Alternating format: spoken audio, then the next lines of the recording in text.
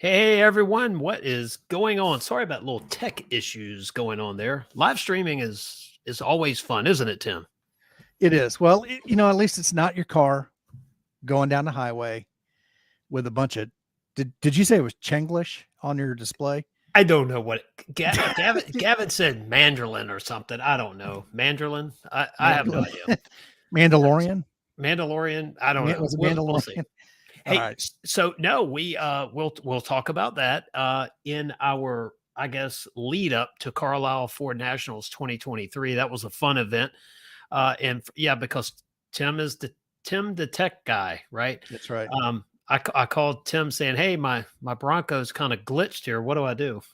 What did I tell you to do? Turn around and go home. No. Turn it off. Yeah, because Stop. you're in like heavy traffic in Washington D.C. area, right? Well, we were bypassing DC, which is a Okay. rule of yeah. But I try to avoid that place. But I said put it into neutral. Go down a hill. Yeah, speed up, go down a hill, put it in neutral, and then turn off your car. Yeah, and then what did I say? That would probably set off every alarm at Ford because of the over-the-air stuff. So that would Absolutely. yeah, and my insurance might have company would have. scrambled jets out of Andrews Air Force Base too, since you were in close proximity. I normally go when we head to Carlisle, Pennsylvania. We normally head through Fredericksburg, and we go west. We go through horse country, wine country. It's fun. It's nice. But this was late. We were in a hurry, and I bit the bullet and kind of went around the DC area, and I just despise that route. And as soon as we get near there, the freeze happened, right? So here's what happened, everyone. Navigation froze. We had, I guess, Chinese writing or something, letters all over the screen. I took a picture of it. I think we're going to do a video. Everything's got to have a video, right? Absolutely. And so we're driving. And I'm like, what the heck? And so then on your digital cluster in front of you, your gauge, if you configure it this way, your gauges are on the right. Well, I couldn't see any of my gauges because the navigation screen was frozen there. So someone else had commented they were worried about, the gauges and whatever they were driving. It's like, okay. We were also not in an area to get off the interstate, get right back on. There was no rest areas. So we just said the heck with it. We got to Gettysburg, turn it off. The next morning it was fine. So a little glitch, whatever, as long as it does happen again. I just thought it was ironic. It happened right around DC and hasn't happened since. And for everybody that complained about the analog speedometer in the Bronco, there you go. It is great to have it, just like in the Ranger Raptor, where you have the center stack. You can control the climate. You can also control it by a manual fan button and knobs. Yeah. So, well, I've always said, because people have complained about the speedometer portion on the Bronco cluster. And I've always said, if you ever take your tops off and it's sunny out, you may not be able to see your display. So at least you can see what your speed is when you're flying down the interstate. Well, Tim, let's say hello to everyone. Destination Absolutely. Bigfoot Bronco. Hello to you. What is going on? Michael Mylott, good evening. How are you? Let's see. Here to the Bronco 78 Adventures. Dang chip issues again. You're probably right. I think that's the one they dropped or got dirty or too much moisture or whatever. Jonathan, hey, what's going on, Jonathan Falls? Dirk Connor, hello. Uh-oh, Big O. Tim is the IT guy. There, it is Tim's fault. It follows him. It is. Follows him. Hey, Nick, What's going on, my friend? Steve P, what is happening? Hey, from Phoenix, 95 degrees and sunny. So it is low 70s. Of course, we just had rain come in, so it's probably 50 something now. Some of that smoke from Johnny's neighborhood's blowing down here on the East Coast. I texted Johnny today. I was like, hey, man, I was going to give him some. Keep your yard fire up there, but at least he can do is pick up the brisket. I mean, they're going to give us the smoke. They can send us some brisket, right? Yeah, man. It's like, send us something. But apparently it's not even affecting where he is. So I was like, dang, that's even worse. It's down here. But yeah, hopefully they get all that under control because it's nasty down here today. It smelled like horrible. Bronco 78 says, see what happens when you don't have the Gavinator to keep things straight. No kidding. Seriously, he has the very quick responses, right, for all, like he sets the volume up. So how's the volume, by the way, Tim? Sound good? It sounds good. Okay, so he normally sets that up. So it's going, Ford video guy. Hey, had a great time at Carlisle too. Yeah, and I wanted to head over and see you. I did see the Maverick Club over there, but we actually had to head out a little early. My mom called us in a panic saying, "Hey, there's all these weather reports saying high winds, hail, and all sorts of good stuff that was going to be moving to Virginia." So we left around 1:30 to try to beat that, and as it turns out, it never happened. So it was kind Well, of like, dang I it. I thought you were the weatherman expert when it comes to driving the Bronco in bad weather and utilizing the National Weather Service maps, Radar. radar maps. So Yeah. So it was funny. We were doing a little fun stuff there, and I think Gavin rolled some video on this. So as you could see this cloud, you could see the storm starting to puff up, right? It was a little green dot, then it was orange, then it was red, there was some purple, but it was out on the other side of the Shenandoah Valley. What was happening was every time they would fire up over the mountains, they would die off. So it was never making it over the mountains. So luckily Mhm. the mountains bought us some time. But yeah, when we got down to Richmond, we realized that now at that point we're going to be due east. So it wasn't going to catch us. Storms were moving. What storms were there didn't hit here, was moving at 60 and we were going 75. So we're triangulating it. I don't care if the Bronco gets wet. You've seen the videos. It's getting wet and a little muddy, but yeah, hail damage is a whole nother Mm, animal. But tomorrow we go in for the fourth try on the front drive shaft recall, by the way, Tim. man. So tomorrow morning, 8 o'clock, hopefully it gets done, over with. And I'm not even having an issue. That's the sad thing. It's just it needs to be done. And there was some reasons why it's been 4 tries, but we'll go from there. Are Uh, they, is it parts or is it so the access to so equipment or? the first time they were going to do the seatbelt recall and the drive shaft. Well, they didn't have the right parts, something, whatever. I go back the next time, mixed up parts, something missing. Yeah. The third time, the schedule had changed that the dealer couldn't do it.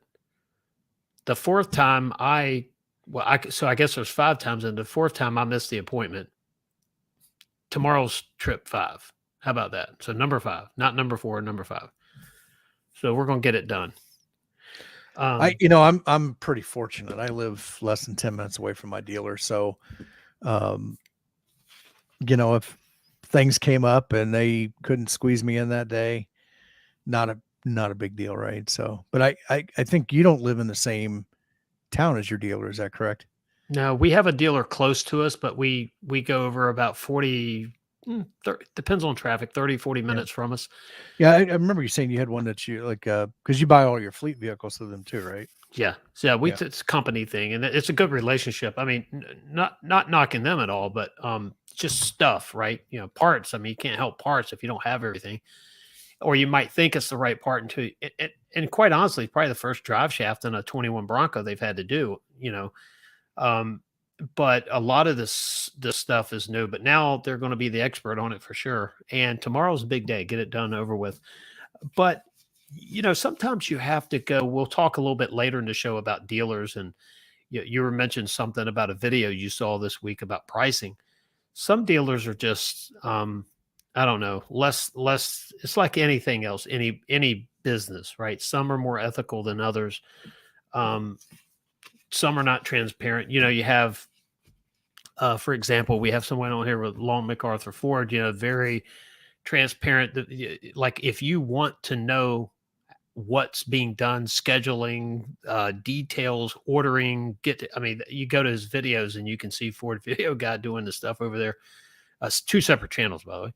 Uh, but very, very good, right? You have quality dealers like that, Yeah. and like the ones we deal with. But then, and you have like Town and Country, right? Good people. But then you have someone, you hear these stories like, golly day. So Ford is going to have to tighten up because of the low hanging fruit, which is going to then probably affect the quality ones.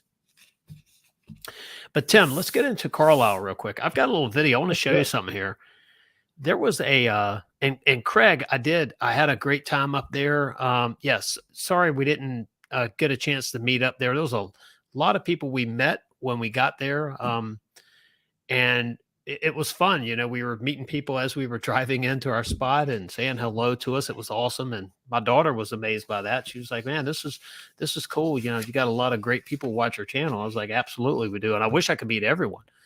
But we finally got parked, got everything situated. I realized I left my computer at the hotel room, so I panicked. I called, they put it in the safe. Okay, everything's cool. So now I get to go have fun. And I made some really great contacts over at the Ford display. Got to talk to the Ford engineers for Mustang, Ranger Raptor, and Bronco Raptor, which was a total treat. Right, a lot of good information. I tried to see what was coming, but of course can't comment on future vehicles. You know, the whole thing. Yeah. Yeah. I would expect that answer, but you would also expect me to ask. So we don't know never about know the. what's going to slip out. Well, yeah, I but mean, but you don't know about the oats yet. It's like, so when's the oats being built? And you get the smile, like, nice try. Yeah. But you know, but anyway, I've usually found a little alcohol can loosen those conversations up. Just saying. Yeah. Big O said, dig the Mustang shirt, Dwayne. Yeah, just bought a really nice 66 Mustang last week. T code 289-302. I'm looking for a 289 or 302. Well, it depends if you want to keep the value. This is the back of my 66 Mustang right here. And a shameless plug, by the way, go to drivenwildgear.com, pick up a copy of Driven. It's a pretty cool book, I think. How you mix a car and business together. We did it right here. Check it out. So I'll try to read the comments here, but thanks, Big O, for that comment. Nick said, can't believe how many Broncos showed up at Supercell East this year. Yeah, huge event. What was the count? I don't think I've ever heard the exact count. What I do remember from our when we interviewed Tom was, I think he said at the time, and we were a couple weeks before the event, I think he said that they were roughly at 40% Gen 6s for all the vehicles that were there. They're all the ones that had registered. 40% of them were Gen 6s. So that's, that's pretty good. I mean, seeing the rest of them, but obviously Gen 6 being the newest ones. But I will say this: the first year, the only Gen 6s that were there were Ford pre-production demo models. Right. The second year, last year, was the first year that privately owned Gen 6s were showing up, and there was still a good number of those. This year, I mean, they were everywhere, and that was great. I want to say, I think it was over 1,000. Was it 1,000 or 11 or 1,200, something like that? But someone help me out if you know. I think it was may have been 1,000. Well, I will say this: they kept waiting. So Jim Owens with Ford, with the Mustang, he's a Mustang brand manager. I think he was talking, and I think someone there at Carlisle mentioned to him they had just passed the 3,500, or they were right around the 3,500 car mark or vehicle mark for Carlisle this year. So people were still checking in, because I'll tell you a little backstory. If you ever want to go to Carlisle, I'm not an expert. This is our third year going, and so next year we're going to do the media passes. So I'll be there either Thursday or Friday for sure. I can't do it in one day anymore. It's just the way things have gotten with us filming stuff. You just can't do it. So I need to be there on media day, which hopefully they don't have music playing. Why car shows insist on music? Well, they do it for entertainment, so people want to hang around longer, but it's really rough on a YouTuber because, let's say we can't have like really cool music jamming in the background while we're talking about a review. But Tim, let's show this video right here. Oh, what you got? That might be somebody's 66 Mustang that just showed up in the garage. Red. Yeah, so it looks like. What's that in the background? Looks like something with wood paneling. That would be like I think a Jeep Wagoneer. Oh, okay, gotcha. It's lifted. All right, so check out what we found here. I don't think I have any audio on this. If I do, I'll stop it. But what I did here is I took some still pictures, put it into a quick movie so I could just kind of show like a slideshow type thing. It was quicker to upload it this way. But check out this test Bronco. You notice some funny stuff on the mirrors here. Well, let's take it back. So it's hard to tell. I don't know if you can see the mirror. There's electronic devices on there. There's a test vehicle number here on the rear quarter panel. I don't know what. Dwayne, you just lost your mic again. All right, can you hear me? I can hear you, but it sounds like a different mic. All right, the tech gremlins came back, folks. Hold on a minute. I gotta try to fix this here so we can hear Tim. So we're having this. We're having the old gremlins in the system here, and Tim, this may be the problem. Hold on, let me try to bring you back in. I want to show this right here if anyone can hear us. Mention in the comments if you can hear me right now.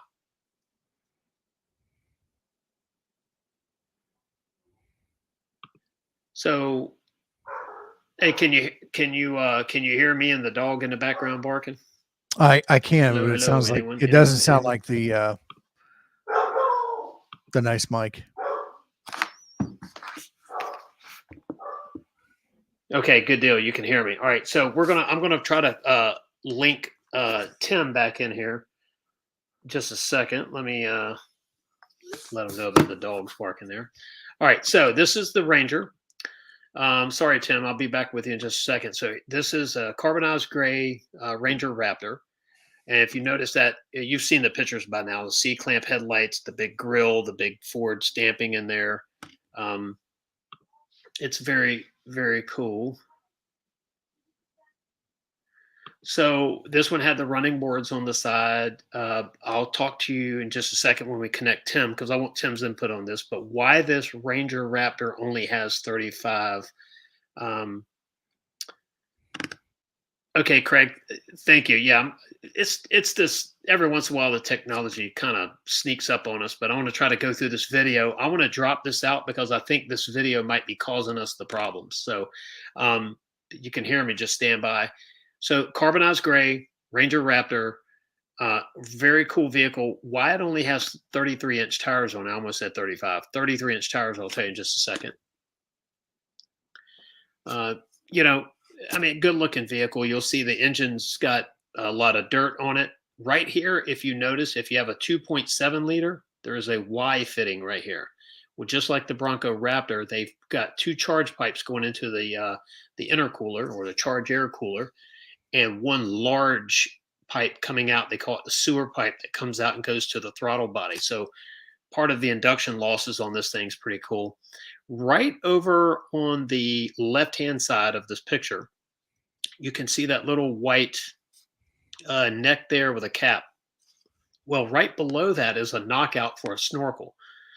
Not quite sure how that works with that windshield washer fluid bottle there, if there's a relocation kit, or quite how it works, but there is a knockout in that airbox so that you can put a snorkel on there and keep that factory airbox.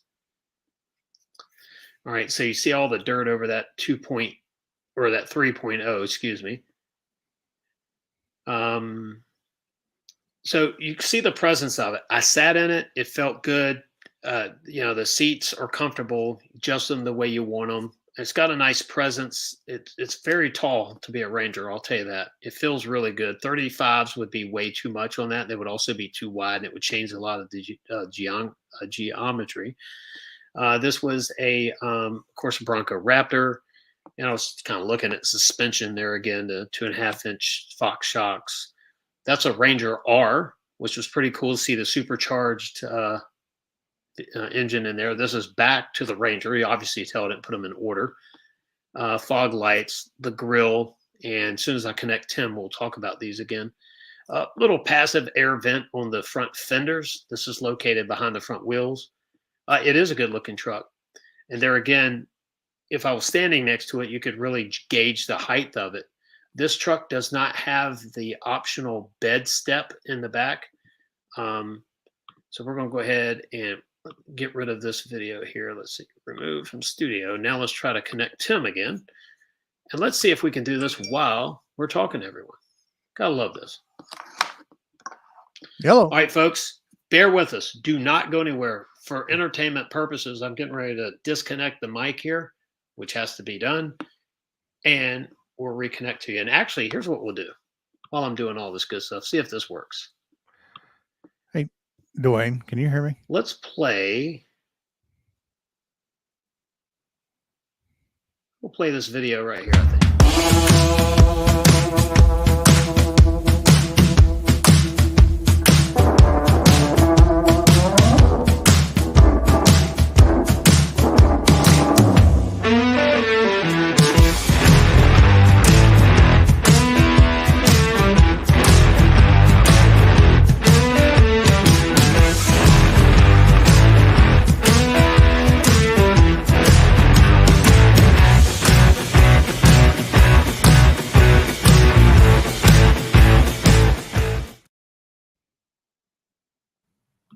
Tim, can you hear me? I can hear you. Sorry about that, folks. So, welcome to live streaming once again. Sounds like I'm you gonna need a send- producer I need a producer. Also, need an IT guy. and a Do you know control where I room found op. one? Yeah. No. So anyway, hey, but check that out. I was able to fix it right while we're watching the video. But anyway, so what do you think about the Ranger Raptor? Sorry, we couldn't talk as we were doing it, but what'd you think about that, Tim? I like the Rangers back out. I think it fits a segment between the Maverick and they like the F-150 crowds. So you get a little bit more than the Maverick, but not a whole lot. I like it. I think it's definitely designed to go head to head with like the Taco, but I don't know. I mean, I like the 3-liter engine in that Raptor. I am surprised that they were able to set up a airbox to take a snorkel in that, but you could only do it in a 2.3 for the Everglades. Well, interesting too, right? So this one's a little bit different. Is it just because they wanted to push the 2.3, or was it because of the induction air stuff? I don't really know. Remember, this one's different. In the 3.0, they've reduced the induction losses by 50%. So it can breathe a lot better, which incidentally, I have some, I get these weird theories that I'm not afraid to mention. Something about the Dark Horse Coyote, I think, has maybe a potential breathing thing, but it was so looking at the truck, it's the right height. So what's the right height? It just felt good standing next to it. Sitting in it felt good. You could see out the windshield, the side, the rear, very easy, right? So it felt, the greenhouse effect sort of felt good. The seats were very comfortable. Now, one thing that was pretty odd in the seat, above your, like behind where your neck would be, it's a hard piece of plastic, and in there is the Raptor in the code orange. So it's not a part of the seat that your body touches. I just thought it was a unique touch that they changed the material and they added that really significant branding in there of Raptor. I think that the code orange was just enough. It wasn't too much. Craig said he found the rims on the Ranger Raptor underwhelming. So there's 2 wheels that are available: the beadlock capable, which is what was in the picture of the video, and those are, correct me if I'm wrong, they're very similar to the ones that come on the Badlands, correct? They look just like them, just like smaller. Yeah. Absolutely. And the same process too. The rings come off, you drill them out if off-road use only, but same process for doing it. Then they also have, similar to the Bronco Raptor, they have an all black. It's not a spoke wheel, but it's like a web. It's a lot of different designs in it. It's a pretty cool wheel. So if you go to Ford.com, build and price for the Ranger, you'll see those wheels. If I was buying a Ranger Raptor, I would go with the non-beadlock, because I think the all black adds, especially to the color you pick, it just adds so much more than having that, so you can, so I've swapped out my beauty rings and put black ones in, and I think it was Bronco Adventures. They just swapped over to beadlock wheels. They took their Badlands wheels and put the beadlock ring in there, but they had those powder coated to a color that they wanted. Can't Right. remember if it was white or if it was orange or bronze or something, but it was different than just the factory one. I'm not a big fan, honestly. I'm not a big fan of those beauty rings that were on the Badlands, anyways. I've been swapping out the white and the chrome, whatever the metal look, and just going over to flat black. Yeah. And speaking about the wheels with the B-Lock capable wheels, Big O said Ford is killing it when it comes to including future modifications, like the pre-wire switches, rack mounting points, knockouts for snorkel ports and such. Yeah, and it's a great comment, and it's right on the money because they are thinking about that modification, making it easy to have fun with, which is going to segue us into something else we're going to talk about in a minute. And and I agree with that, but I'm gonna probably caution anybody that's looking at these things. This is one of those pre-wired switches. If you don't order them, or if it doesn't come standard in the Trim. brand or the trim level you're Yep. looking at, it is not going to be there. That is weight, and they will do everything they can to cut weight. So Yeah. if that is something that you're interested in, I would order them. I know for the Bronco, it was like a $200 option. And I think it was only on the two lower trim levels that it didn't include those switches. But so I don't know what it's going to be for all the various models. I probably need to watch your video on that. But yeah, they're putting the switches in. That's been a great thing. Now I've exceeded my 6 switches, and I've got another switch unit coming in. Well, actually, it's here. I need to get it installed, and I'm going to move some stuff around. So I got center switches, for either one of the people, and then switches on the left side for So how many me. switches do we have again? Is it 6 or So 7? we have 6. 4, no, yeah, 4 of them are 10 amp, Mhm. and then there's like a 15 amp and then a 30 amp. You've exceeded all of them. Wow. Mr. Yeah. Gadget. Mr. Well, Gadget. I got a bunch of lights on my Yeah. truck You're because you're gonna be adding that, everybody knows I need to be seen when I'm in the mall. in I case you have to hop a median or something. It's right, buddy. I've even got a crystal ball that pops up, and I have to have a spotlight for it because I need to be the glitter queen when I roll into the in the mall parking lot. Hey, So Destination Bigfoot Bronco said price point is right rather than the F-150 Raptor. Speaking about that, yeah, and with interest rates, inflation, fuel costs, which is getting ready to go up again because world politics, whatever, for another show. But with all of that happening, you come still want on, to man, come on, man. You come still want to have on. you still want to you still want to have fun and you want to have Yeah, a yeah, yeah. capable vehicle. So the Ranger Raptor, if you can get an allocation from a dealer, it's going to be right on the money. So What's the price difference in like the F-150 Raptor versus the Ranger Raptor I haven't ballpark? so you have two F-150 Raptors. You have the standard with the 3.5, and then you have Oh, the Raptor R. I Raptor have R, no yeah. idea what the R is. I think there's probably a $30,000 difference at MSRP. Well, there you go. So I mean, that right there is enough for somebody to um, veer one direction or another. And I have to tell you, the cab is roughly the same dimension as the last generation Ranger. What's different is the front is wider. The bed in between the fender wells are wider. So unlike before, you can put a piece of 4x8 plywood in the back, so it'll overhang the tailgate. Uh, but the width of it, 4 foot, will fit flat in the bed. So they've widened that. And then there's a lot of upgrades, full box frame, heavy steel box frame. They've moved the shocks to the outside of the frame in the rear to give it more stability and a better ride. I did find out why the Watts linkage is in the Ranger Raptor and not on the F-150 or Bronco Raptor. We'll Wait, talk. Nope. no, what? No, wait, It's yeah. The answer is kind of simple, unbelievably simple, and you might think, well, you know. But you think about it, Ford's a business. They want to give you the best possible vehicle that they can give you, the fun, right, with the switches and the bead-lock capable wheels and the horsepower. But they also have to keep costs down, otherwise it becomes unaffordable.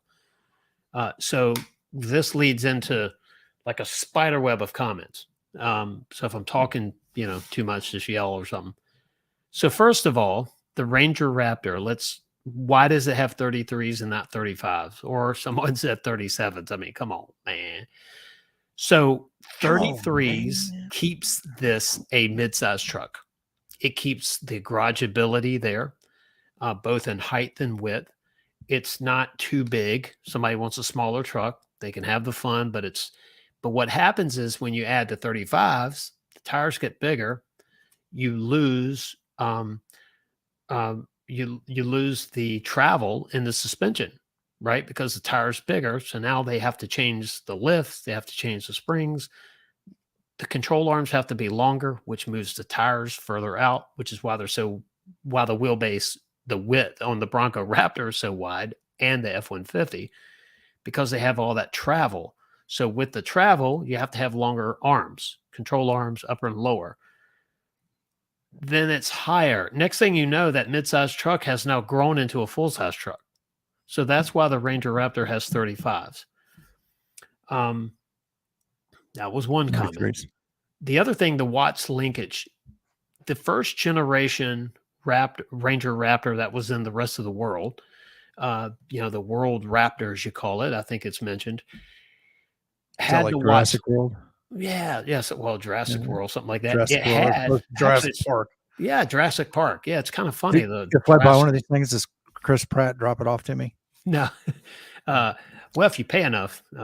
So I would prefer you come as Star-Lord. Just yeah, I'm saying. yeah, well, yeah, there's always that, right? Yeah. So there's a watch linkage that came on the first generation. Think of Australia, right? The guys down there have been ripping it up and tearing it and having a good time. But also they have the Everest, which similar vehicle, same platform. It had the watch linkage on it. So what they did was they just brought that over. They kept the engineering and they added to it, added some stuff for the Americanized or American version.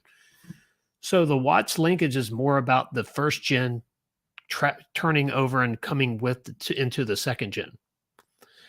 Now, the watch linkage is also maybe not the perfect suspension for rock crawling, which is why the F-150 and the Bronco Raptor has a panhard bar, right? A little bit more articulation. Do you get a little bit of lateral movement in the rear end when that when you're articulating like to the extremes?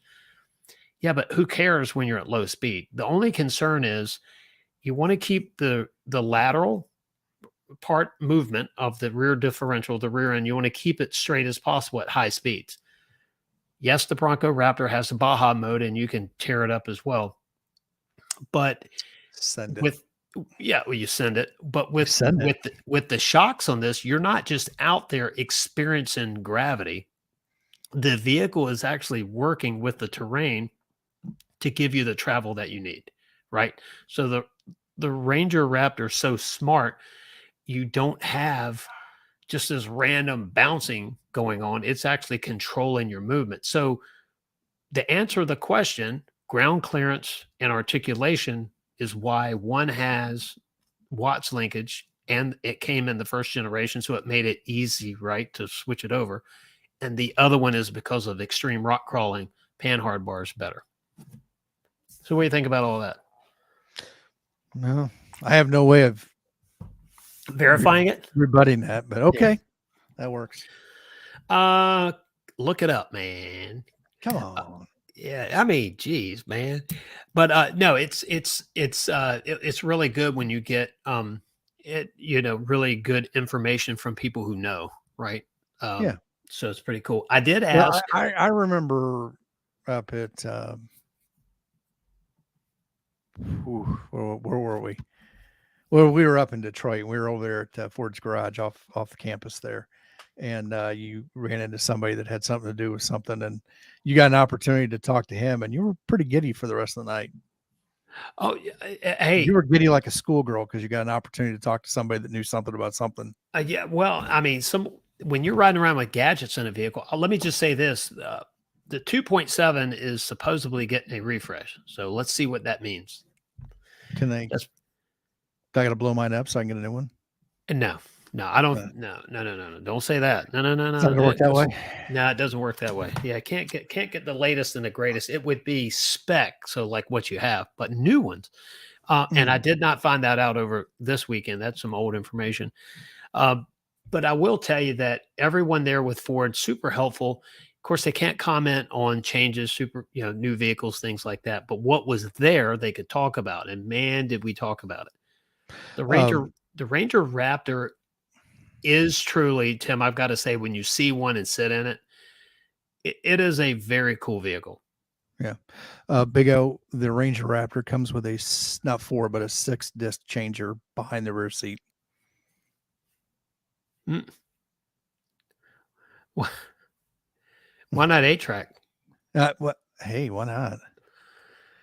I mean, go There's to a the lot of thrift store, get some chicka bow 8-tracks. wow in the Ford LTD It might. with Let's see. the dingle ball uh, uh, things around the headliner. Yeah. The comments Like you can put. I say this at work all the time. I may not bring much technical expertise to the table, but I am good for comic relief. Well, yeah, Yeah, comic relief. You are. yeah. Let's I mean, see. I'm not an auto journalist, but I know a couple. Speaking of which, How Detroit you doing, Auto Blaine? Show. Detroit Auto Show sent out the email today. It's going to be cool stuff. We'll be there again this year. Awesome. Next year, Tim, though, speaking about Carlisle, what we're trying to want to wrap this up so we can get into some good stuff about Trail Turn Assist. Carlisle is definitely a 2-day, maybe a 3-day event, right? So media day for sure. But Friday is a must there. So Saturday, you cannot do it. We stayed in Gatlinburg and we had about a 45-minute ride from Gatlinburg to Carlisle. Oh, So wait a minute. You were in Gatlinburg this last weekend? I'm sorry, Gettysburg. Oh, because the reason I say that was because Emily saw a picture from the goat, and she's like, "They're in Gatlinburg." No, that was I I'm like, "No, posted that an had to have old. been from Super." That's what I'm saying. I'm like, but Yeah. then you just said Gatlinburg. I'm like, No, "Are wait, you no, holding no. that on me? I, Come on, man!" come on, man. I just had a brain thing. Right. Pennsylvania, Same state. Pennsylvania, Pennsylvania. It's the So, same state. It's okay. so but it was kind of crazy. We got there late, went into the hotel. Everybody went to sleep. My daughter went with us. It was pretty cool. My oldest daughter, I have 2 daughters. So Haley has a Mustang. She loves Mustangs. And she said, well, you think I'll get some ideas for modding mine? I was like, probably. She saw every color, every design, every whatever you could bolt on a Mustang was there. Right. But we get up early. The sun's just coming up. We open the blinds and our view is of a cemetery. Well, there you go. Yeah. So I had to have a little pep talk with the kids about life and success and At least drivenwildgear.com. it wasn't some junkie on a street corner No, it's a great hotel. that you woke up to. I mean, you know what I mean. You've seen some of No, that. no. We've been to some rough places, unfortunately, because we got there late. But Gettysburg is a beautiful town, right? I loved it. I told Becky, I was like, we have to go back when the apples are ready, by the way, up that way. So we get there early. So gates open at 7. We roll in there at 7:30 and we're waiting in a line. I could not believe that early, the line we had to wait in to get in there. Now, Carlisle Events is very efficient. They get you in, there's a line of vehicles, but it's moving quick. So you get in, you get registered, you pay, and you roll through and they give you a parking spot pretty much and you go park. Very well run, very well organized event. So if you ever get a chance, and if you like Chevy, you like Dodge, they have different events for them as well.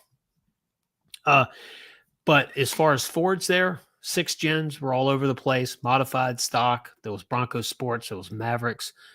Tim Bartz was there. I didn't get to talk to him this time, but like I said, we were overwhelmed, to say the least. But Ford had some really good stuff. They did a presentation with the Mustangs, the EcoBoost, the GT, and the Dark Horse. Um, and Jim Owens was there doing talking about the different ones for people that don't really know. You got to hear them, see them. Just a great thing. RTR had their stuff there, their Broncos, their Mustangs. It was just a really cool event. Dude, speaking of the RTR, did you see Mitchell Watts' video on the RTR Mustang? I have not watched any of Mitchell's videos in the last probably like month because I've just been so busy. But I need to sit down this weekend and catch up on all of that. Not what was it supporting the about? crew, man. Well, I don't know. They got an opportunity to do an early video with the RTR Mustang. So Ford, Tim said, Ford video got 42 Mavericks. That's amazing because it's. I mean, that's a lot, really. You think about the Mavericks just come out, they're forming groups, they travel there. I mean, that's pretty good. But I saw them lined up. They were not far from the 6th-gen Broncos. So that's pretty cool. I should get my neighbor across the street has a Maverick. Good night. I should get over Good there night, Nick. Take a look at him. Sorry, Tim. Thanks, Nick, for tuning in once again. Appreciate you every week. That was pretty good, Big O. Let me guess. You waited 4 score and 7 years to get in. Just about. Yeah, it was just about. But no complaints. No complaints. Carlisle's pretty good. All right, so Tim, we were talking about modifications, talking about switches and beadlock capable and all that fun stuff. Yeah. What do you think about the trail turn assist issues that have been popping up? Well, the Bronco. Yeah, so I read the Ford Authority article that you had sent over to me about that. I think, I read the article. I feel like I need to see maybe a little bit more in what actually happened, or some pictures and such. But I will say that the marketing response that was in that article from Ford was a complete line of horse shit. And I'm sorry. Come on, man. Come on, man. This is a family channel. Hooey. We're different here. Yeah. So, basically they're saying, well, anytime you modify your vehicle, you're responsible for it, which is not necessarily true. The manufacturer has to prove that your modifications actually caused the damage. That is true. State law, federal law, actually. That's federal law. But in that particular case, they're talking about tie rods and big tires and, crap like that. It had nothing to do with the trail turn assist and how much torque was on the axle. And, if the axle split or the weld is bad, a lot of torque's going to happen, but none of those modifications have anything to do with the torque. Well, so I think it's the plug welds failing, which but with that, I think we had talked off camera. If there's a group of the Send It crowd, where's my camera? The Send It crowd who like to push their vehicles to the limit in the parking lot, right? And we've seen the videos. They're out there doing donuts with the trail turn assist. Right. Could that cause problems? Possibly. Could swing it around and doing that, and all of a sudden hitting a patch of dry pavement. Could that cause a problem? Well, most likely. You mentioned that in snow. So what if you've got this, you've got an area where it's started to melt, and so you're spinning, you're going around in a circle, and then bam, you hit it. It very well could. Yeah, I mean, it's no similar than the tie rod issue where people were breaking tie rods, mainly because of the geometry. They did modifications. They changed the geometry of the front end. They load up the torque on their front wheels, and they come off the air. That torque's gone, or the torque is there, and then it's not there, and all of a sudden they come back down and hit a solid surface again, and they snap the tie rod. Right.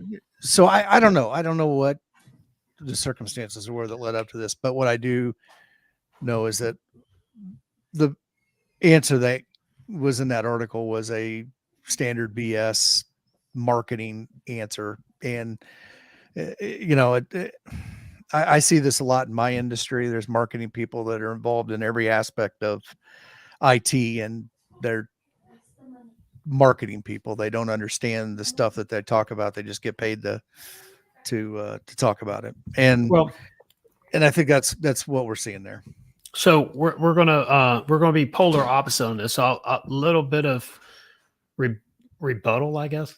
No, that's fine. So I can Well, you didn't tell me this before, no, because I would have had a rebuttal for your rebuttal ready to no, go. it just wouldn't be fair if I did that, Tim. So Come on, man. Come on, man. This is not rehearsed. Yeah. You know that. So yeah, where's your script, Tim? You're on line 3. You're messing it up.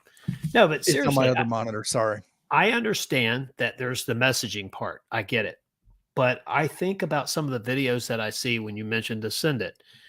When a vehicle is under torque conditions, acceleration, and it's bouncing like this, right? Yeah. Like I'm surprised the driver didn't bounce out of the driver's seat. When that kind of action is happening, you're looking for drivetrain stuff to snap. You're looking for axles, diffs, drive shafts, probably transmission stuff, even though the transmission has a little bit more play in it. But you're looking for the high torque areas just to give it up. Was that happening? Was it donuts in a dry parking lot happening? You don't really know. And I guess that's the issue, is that what broke the rear axles, or not even the axles, the housing, right? The differential, the rear end. Yeah. I guess is it just the tires? Is it the big tires and dry pavement? Or did people have big tires and they were in the dirt and the mud using it? I don't really know. I will tell you this. We were able to use it in a real life situation. So if you want to know what is a real life situation that you use trail turn assist, I have a short here on our channel. I have a short here on my channel. It's one of the early ones that we did, where we were in Townsend, Tennessee in 2021, when Ford brought the pre-production Broncos, and there was an Area 51 soft top in front of us, and he was going up this path. We just come across the rocks, headed up this path, and we had to do a switchback, like a 160-degree turn to the left, like a hairpin. It was hairpin, and it was opposing elevations. So now you're going this way, the other way is going this way. It's about a 160-degree turn. There's a ravine to your right. So doing a bunch of sawing, back and forth, that wasn't really smart. Trail turn assist there worked perfectly. You're in loose dirt, you turn it, it kicks you around, you do the 160, you go up the hill the other way, perfect. In the middle of a desert doing donuts, okay, it works, but it's not really where it's like not why you need it. Okay, is it fun to do it? Sure. But where you needed it was our situation. And I think that's why that video's done so well, like 30,000 views, because it shows, okay, it's not just another cool factor. Like, here's when you would really use it, right? I don't know if that would break it, even with big tires, because there's so much, there's a lot of mass there, but it's able to move and slide because of loose dirt. I don't know. Right. You're talking and you're dragging that wheel. If I'm not mistaken, you're locking the brake.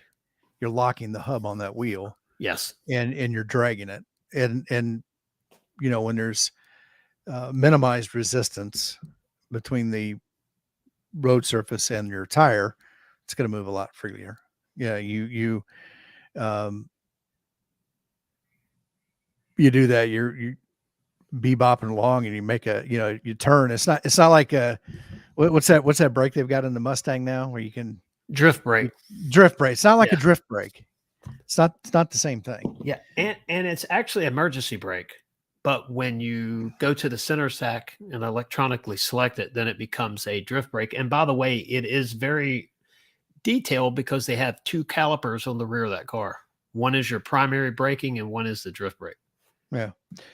Well, hey, so G. Willikers, to answer your question, how did Carlisle compare in size and substance to Supercell? Well, I mean, Carlisle swamps it as an event overall, but it's to be fair, Supercell East is the biggest Bronco event. This was every Ford powered vehicle. So, as far as the Broncos are concerned, Supercell East have a heck of a lot more Broncos. So number of vehicles, Carlisle wins, number of Broncos, Supercell East wins. Hope I answered that. Now, Destination Bigfoot Bronco, if you think about his Bronco, he has probably the case study for trail turn assist. Lift, larger tires, awesome looking vehicle, by the way. I mean, it's not too much. It's just perfect. Kind of like Gavin was like, Dad, why don't we do that now? I was like, oh man, it's tempting. Yeah. So it's a good looking Do it. vehicle. Do it. Do it. Just do it. Do it. Do it. It's nothing but money. Just do it. Do Time. it. Who cares? Do it. Peer pressure. But he has the case study for it, right? So yeah, use it. Tell us where you've used it, how often you use it, what this is, exactly how it happened. And if yours breaks, you have a case study. Well, not officially, but I mean, better than someone complaining on a forum that it broke. You don't know where it broke. I mean, I'd believe him. So I was in the mud. I was in the dirt. I was in a field. We were on some rocks, more details. And I think that would answer a lot of it. Yeah. It's a funny story. I was watching a video today, a live stream, and it was with a manufacturer of a radio, and they're talking about, somebody asked a question about a problem. They just identified it and said, yep, that's an issue, and we're going to work on the fix for it, right? But apparently for the last 2.5 weeks, 3 weeks, 3 or 4 people pissing and moaning all over Facebook about it and everything. And then now all of a sudden that just compiled to everybody's having this issue, whether they're having it or not. And it was one of those things. He's just like, he was talking about how sometimes things get amplified by being on social media, but it was not anything that anybody had ever reported to them directly to where they could identify it and make a correction to it. So, and I'm wondering if this is maybe kind of the same thing, almost. And you can look at the issue with the 2.7 and the rod, and or the valves, go anywhere. Yeah, the valve stem. You can go anywhere on the internet, and oh my God, even that Scotty, whatever guy, that annoying ass guy. Oh, don't say his last name. I don't. Now that you've done it, followed it up with, look, this is a family. That annoying ass guy. Even he says that the whole 2.7s are junk, and every Bronco is doomed to fail, and all whatever he was saying. Yeah. But the point was, is that what is it still less 50, less than 100, 50? Well, maybe 50 have actually failed out of how many have actually gone out the door. And do you know what's funny? I have never seen an actual press release saying that was the problem. Oh, you're talking about the valves. The valves. Well, no, but I mean, it's the valve was damaged, the cylinder was whether it was broke or something else broke and caused it to break. I don't know, but the last word I saw from I think it was the NTSB, was it was like 50 out of how many 2.7 Broncos have gone out the door. Well, the issue that I had is, and I don't know how they build them, and do they build a certain amount for the Bronco and a certain amount for the F-150, or is it sort of a hodgepodge mix? If it's a mix, I find it hard. There's no F-150s with the issue. So are they the same 2.7 liter engine? I mean, overall, yeah. I mean, there's tuning differences. There may be some, if you go through a parts catalog, you may be able to identify different part numbers for certain things, but the overall design of that engine, yes, is the same. So the internals are essentially the same, right? I haven't compared. I haven't compared lift duration of the cam. I haven't compared, and really duration now is not so much of an issue because you have cam phasers are able to play with that electronically with oil pressure. But as far as part numbers, I can't swear to it and tell you right now they're all exactly the same part numbers, but they are effectively the same engine. What I would say is, if it's a bad batch of valves, then it would be they. Oh, what are you looking at?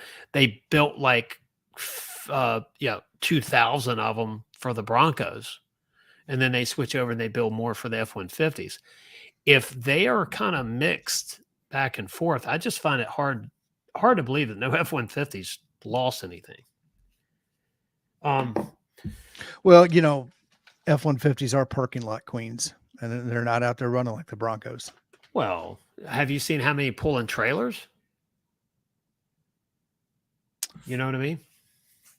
There's a lot. There's Well, a lot they're of pulling their Broncos on a trailer with an F-150 because they don't want to put the miles on their Bronco because it's too nice of a vehicle. Hey, Michael, good night. Thanks for tuning in tonight. I appreciate it, as always. Oh, I don't know if you did you see this? Mm-mm. Blackstone Laboratories. Oh, did you really? Okay, cool. I got it. So I don't know if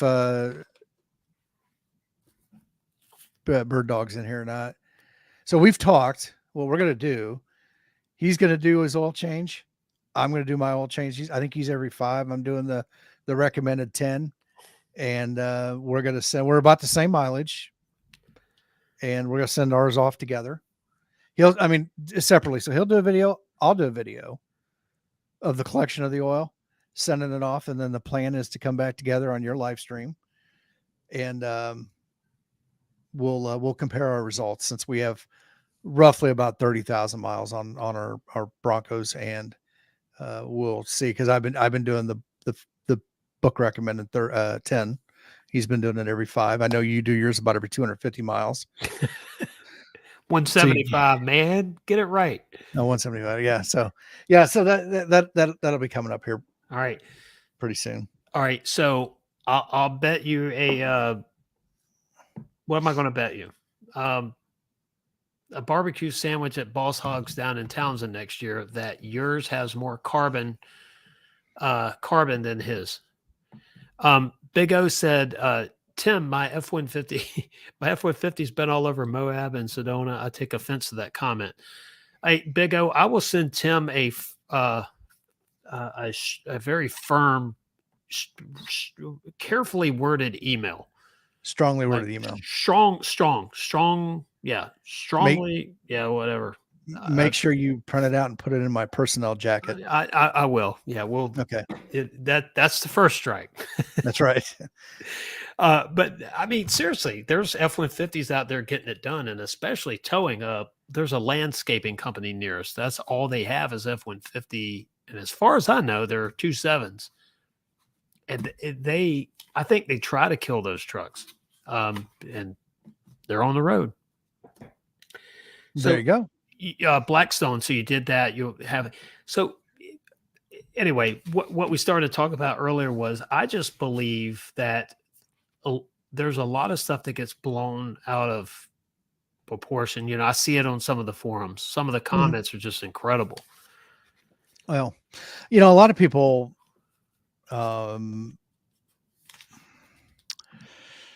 they respond with, these vehicles are expensive, and I know that, right?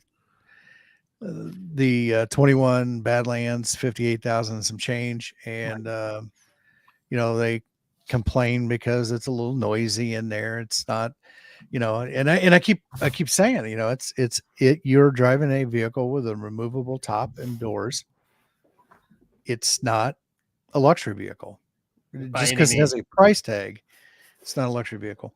And so people complain. They love to complain about everything online now. So I take it all with a grain of salt. And like I said, I'm not discounting or knocking what those problems were. I can tell you that the response I saw from the marketing people was marketing jibber jabber. Well, there again, and I'm not doubting they have a legit issue. I guess what I'm saying is, as an example, you see things that get just blown out of proportion. Even my dog in the background, you heard her barking. It's just like, can't believe it. There was something else I was going to mention in that same kind of idea. It's like 4 other people in my house, and the dog's like, nobody's letting the dog out. I don't know. But I just think that a lot of a lot of companies out there, they see a lot more than a forum has. For example, do you have the Nextdoor app? No, I don't do anything on social media. Yeah. I Okay. find it's the devil's playground. Yeah, right, exactly. So people are just always posting on there. Just some of the stuff, I just can't believe it. And I would imagine that if they posted stuff about their vehicles on there, it would just be out of control. But I think that the forums are a place to legitimately ask a question. Hey, you know, is someone else having this noise? So do I have the unicorn, or is this sort of standard? You know, that type of Yeah. thing. Well, so there's a couple different, I think a couple different types of people. I try to personally stay away from them. I've gone to the forums. There's a great wealth of information in the forums. If you are trying to do something or wanting to do something, and most likely somebody has already run across it and documented it, right? Right. Do this, do that. Then there's a whole nother group of people that just complain and amplify and make mountains over molehills, or YouTube videos where he yells and screams and says the Broncos crap. Right. Um, but yeah, Well, I don't. And then like a lot of times, and this is another one. I stay away from the forums, Facebook primarily, is it seems there's always that. Well, how do you do this? Well, I don't know. Did you read your owner's manual? That seems to be the quick response to majority of those questions. And so, yeah, it is a good place to ask questions, but I think then there becomes a whole nother crowd of people that get snarky because, they've answered the same question 30 times over the last 3 months. well, yeah, and then certain people are just like that anyway. So hey, Destination Bigfoot Bronco sent us. Now I want to. I don't just pop stuff up there. I want to watch it first. But next week I want to follow up on this trail turn assist. So he's got and I'll show our video, our short that we did. Also, Mhm. he has a video here where he's actually using, and of course, his Bronco would be a better situation because it's not stock. It's been modified heavily. Uh, so next week we'll follow up on that and see if has anything else transpired between now and then on that. Yeah. And then let me look at this video and share it if you want to join us next week, Tim. Oh, absolutely. And then I did want to point out when we were talking about the noise in the Bronco. yep. Bronco 78 Adventure says, yes, I can't believe how noisy the 6th gen is. Now that to me is Georgian that translates to hold my beer. Because he's gonna bring out that 1978 Ranger XLT Bronco and show you what noise is. Yeah, so loud pipes and no top. When he went to Statesville, he didn't have a top on it, so he knows all about the noise factor. Oh, do you follow his YouTube channel? I do, yeah. Did you see he had the what does he call it? Craig, what do you call it again? Is it the Munster wagon or something? He had his excursion Excursion up to the expedition. grill in water. Yeah, I saw that. Go ahead, man. Have fun with that. But yeah, I'm sure his alternator's got a short out, and he can post it on the forums. yeah, yeah. The excursion for him. Yeah, Munster wagon.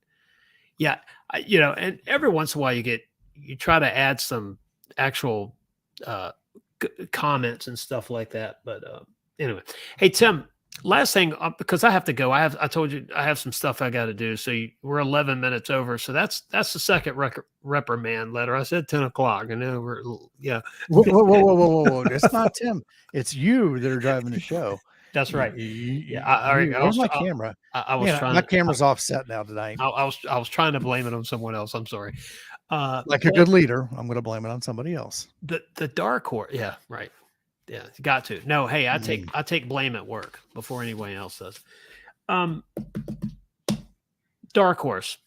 I will most definitely allow you to let me drive it. Okay. All right, deal. With the drifting brake on. With the drifting brake on. Yeah, you got to do the whole app thing. You got to learn how to use it. It. Right down Atlantic Avenue.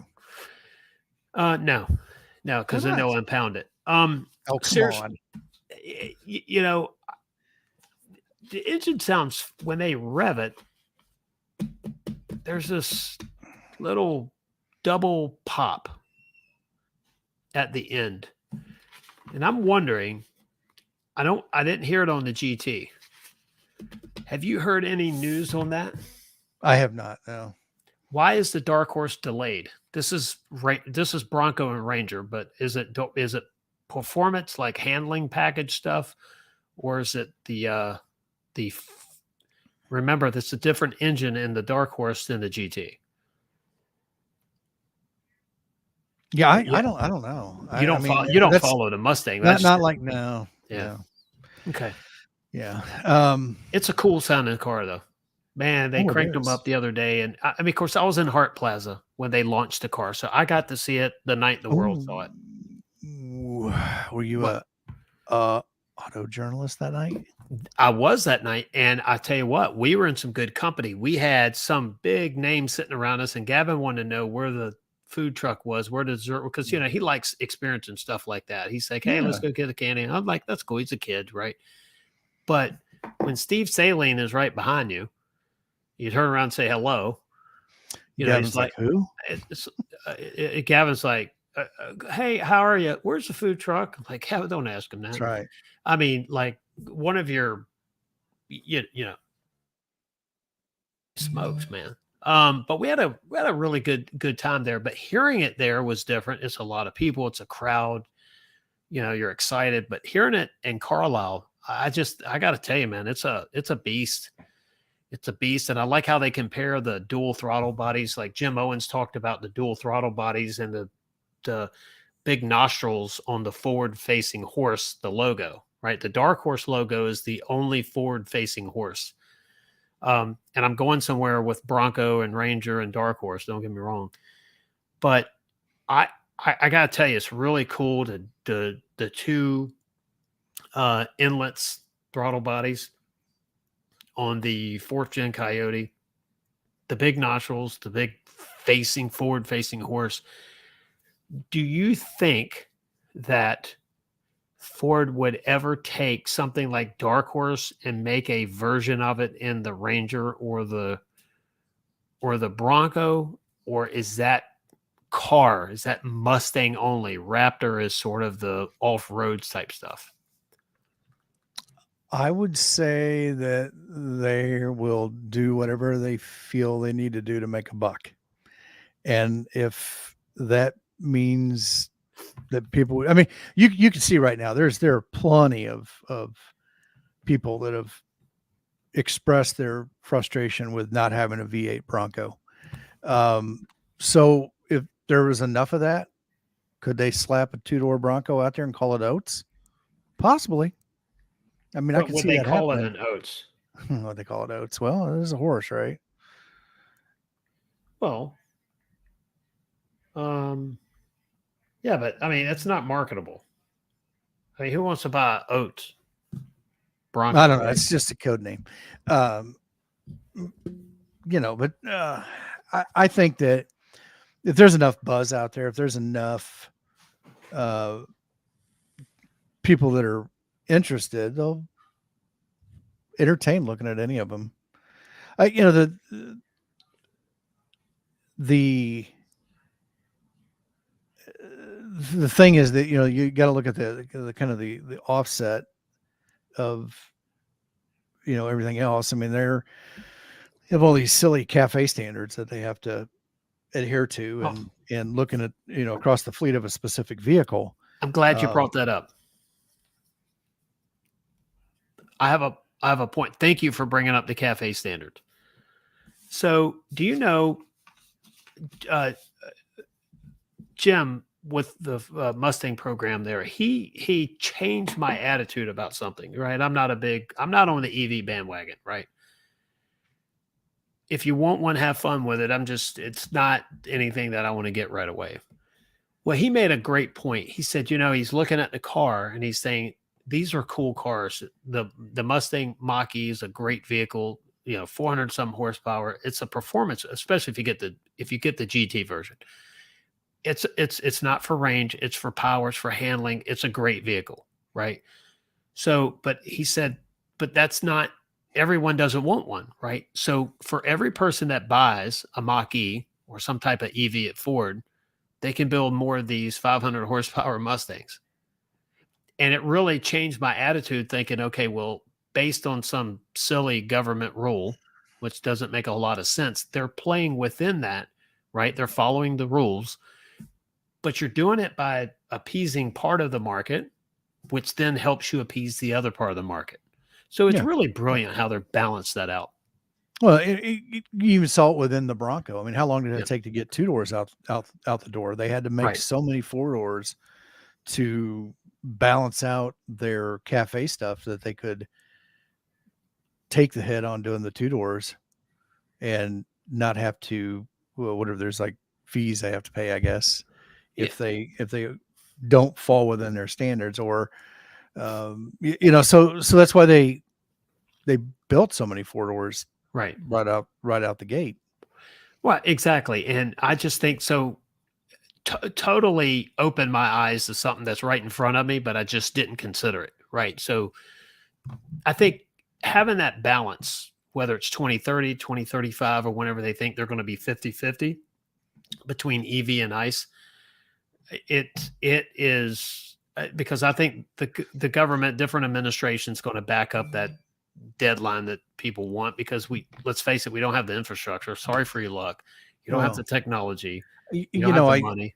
I think if it's good, good as in it's something that consumers want, consumers will buy it, right? The whole trying to shove it down people's throats, and look at California. What are they, 2030, no more ICE vehicles, and they can hardly keep the damn lights on when the temperature goes above 80 degrees. So that Control. that is just stupid. Yeah, it is. You're going to force something on the market that you don't even have the infrastructure in place to manage. But they don't really care, because I think there truly is an agenda behind it. And that's, well, oh, sorry, can't charge those electric vehicles we made you Can't buy. can't, You guess can't drive today. you're gonna have to Right. take our public transportation. Yeah. No thanks. Hey Kyle, thanks for saying that. Sorry if I didn't get a chance to catch up with you, but thanks for saying hello. I appreciate that. Next year, there's always next year. A Big O said the 5 liter in the Dark Horse. Yeah, so it is a 5 liter. It's actually a true 5 liter now.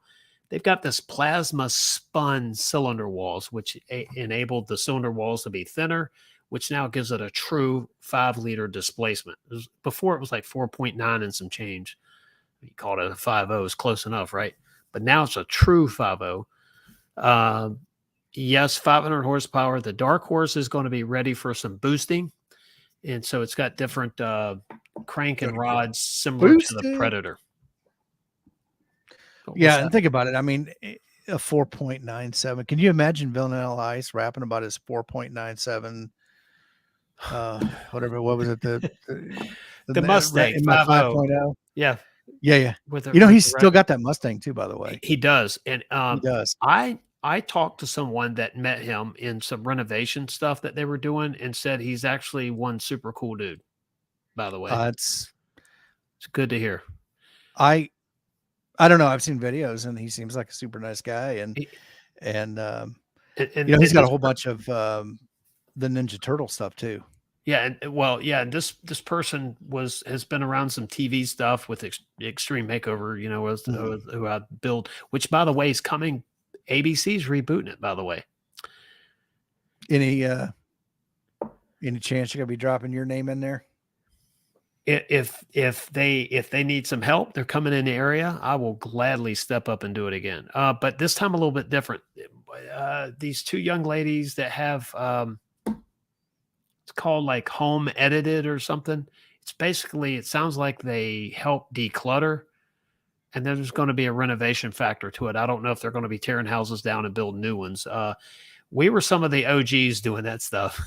I think the last count there was 203 builders to ever do that. 106 and a half hours or 106 hours or 108, whatever it took. It took us 106 and a half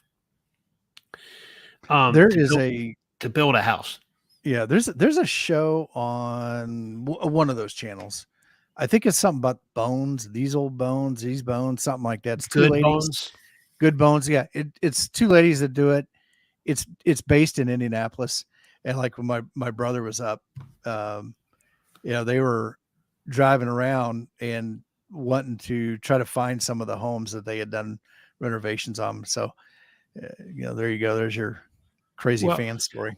Yeah. What? No. Destination Bigfoot Broncos had no Ty Penton. No, Ty's not going to be in this one. Dwayne from Driven Wild Outdoors is he's. Yeah. I heard. I read this on the forum, the home makeover forum. Yeah. It's hosted on the same servers as the Bronco 6G site. That Dwayne is in the lead for being the first assistant to the production manager, and maybe taking Ty's spot. No, there's only one Ty Pennington. Let me tell you something.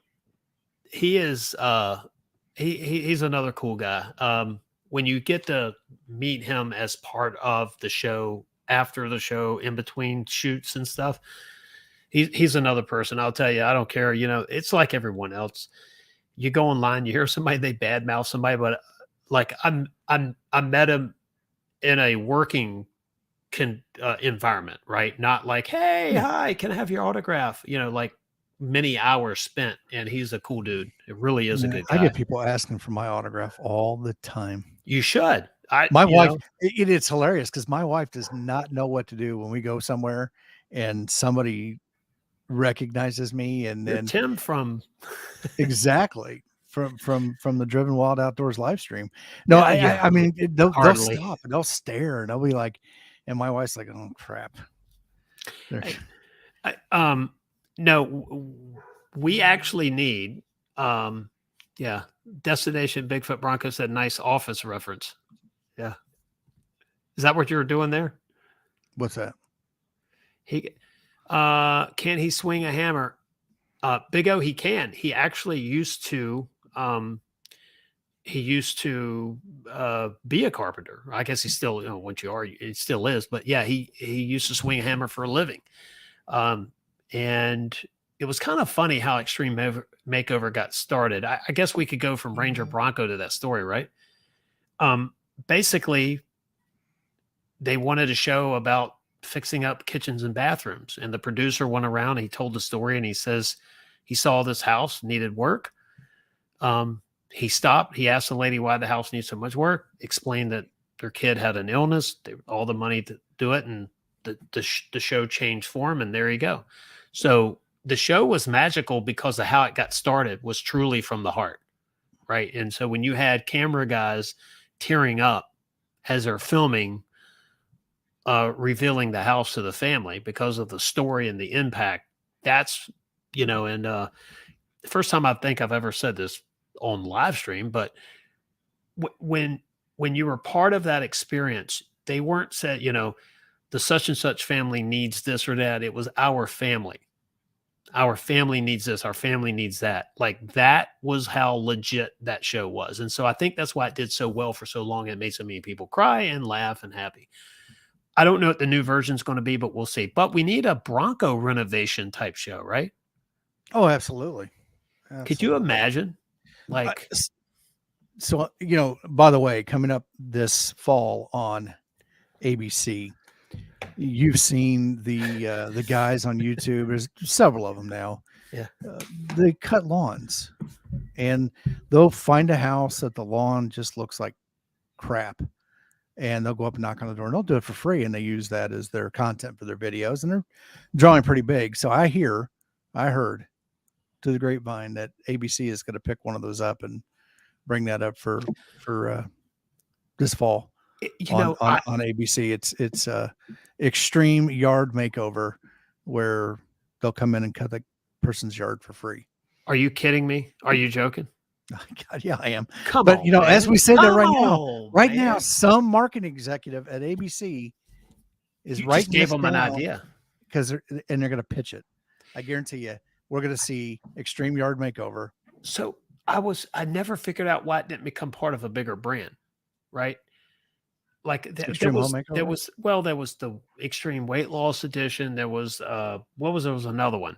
There was another one out there, a extreme something as well, and then the home edition. So how cool would it be for someone that really, it's like a Make-A-Wish even thing, that really wants a Bronco, but there's some stuff going on that's preventing that. Wouldn't it be cool? I think we could all pitch in and make it happen, or something. I think the Bronco community needs to set ourselves apart and do something like that. I'm sure Pimp the Jeep My people do. Bronco. Destination Well, Bigfoot said, "Pimp well, My yeah. Bronco." That's gonna be his So show. how big was the bus? So I don't have measurements, but it was like a full size, like you would see, what do you call them, touring or travel buses that you go on? And that bus was Like a tour bus. nice. In a tour bus, it was nice inside. God, God, I forgot what I was gonna say. You asked a question.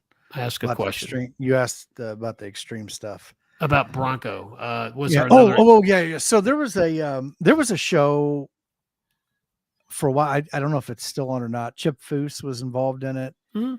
in his shop, where somebody would have a project car or something like that, or something, a car, a classic car that they wanted to maybe do something with and just haven't had the time, didn't have the money, didn't have whatever, or maybe it's, a grandfather's son, grandson type project that just never got done. And then they would sneak it in, do it. Chip would design something cool out of I it, remember that. and that was always a neat show. And I think oddly enough, if you guys follow Fast and Loud, Aaron Kaufman was on that show with no beard and very short hair. And that was on like, I don't know, a year or so before Fast and Loud came around. Yeah, Richard was too. I don't know if Richard Rawlings Yeah, was on there, yeah, but he I know was. I Aaron saw Kaufman the was. episode. Oh yeah, As a no name. Yeah, look it up right now. You can. It'll be on there. They were on there. Yeah. Well, I mean, no, his name was there, but yeah, he was before he was big time. But if you think about where does the Bronco community go? Like you have the Bronco Nation. Mhm. They're doing their thing. I think they're starting to put a little more outdoors, maybe from like a video I saw. I think the Bronco thing is going to evolve into people living out. And I know it was kind of like one of those serendipitous moments with Gavin and I camping. I was like, "Hey, Gavin, this was exactly what we talked about the night we saw the launch video." Yeah. Right. July 13th, 2020. Like, hey, we can go out of town. We can go camping. We can go do fun stuff. Well, there we were camping, doing fun stuff, listening to whippoorwills in the mountains.